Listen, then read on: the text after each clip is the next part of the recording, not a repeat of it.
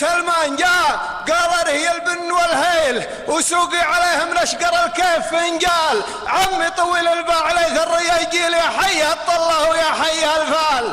امرني ذكره تذكرت ما قيل انا اشهد انه يا رجاجيل رجال. يا مرحبا ترحيبة الارض بالسيل ترحيبة ترفع على رؤوس الاقدال. الشاعر اللي ينقصر دون كحليل لا صار في سوق المراجل ولا جال. وان كان شعري صار في مدحك بخيل وش عذره من اللي لا قصر ولا مال. وانا لو اشبك بالجدي وسهيل زدت الجدي وسهيل تمجيد وجلال.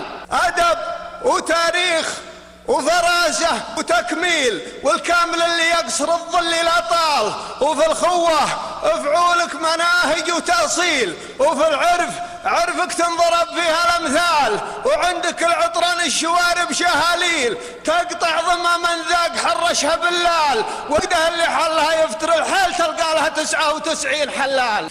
وانصارت الاشوار صيد مقاييل وذارت وجاها عقب ما ذارت اقفال.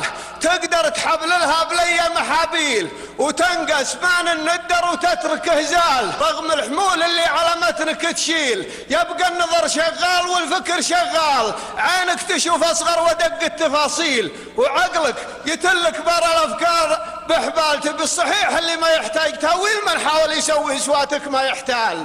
ولا تدفع الفتنه ولا يعدل الميل إلا بحكام طحاطيح وثقال. يفداك من اللي ذايق شعبه الويل ومن زاد منهم طاعة يزيده إذلال. يبشر بدعوة مخبة تالي الليل أصدق من الضحكات في وجيها الأطفال. تجي حور انطفح فيهم بالكيل حتى يبيعوا ب1000 و2000 بريال ويشوف أثر ملكه وعزه الهزيل. ما عاد منه إلا روايات وأطلال ويذوق ماذا قبرها صاحب الفيل ولا يكبل بالسلاسل والأغلال. أما أنتوا أفقر شعبكم يذبح الحيل ولا جه ضيفانه لقوا فال وعقال.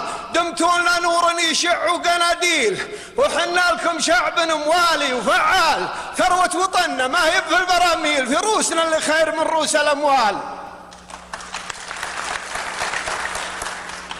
وحنا جنود يفعلون الأفاعيل لو كان ما نلبس براهات وبدال عقال. لكن في المعارك بهابيل وهبالنا والله ما هو بيت هبال. لسهومنا دقت حجر طير بابيل وليماننا بطش ما يخطر على البال. رجالنا تشرب دمي وفناجيل وسلاحنا ياكل معدات ورجال. سلام.